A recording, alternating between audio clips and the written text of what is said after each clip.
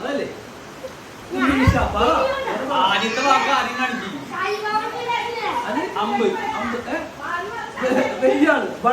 നീ മന്ദമതി സമയം കൂട്ടി കേട്ടോ. അമ്പ്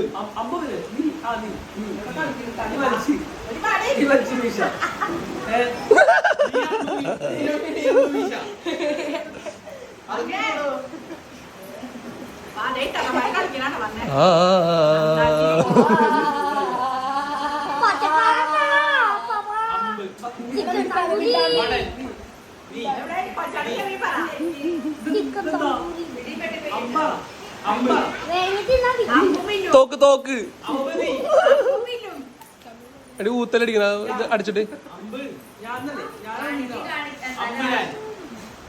ആദ്യം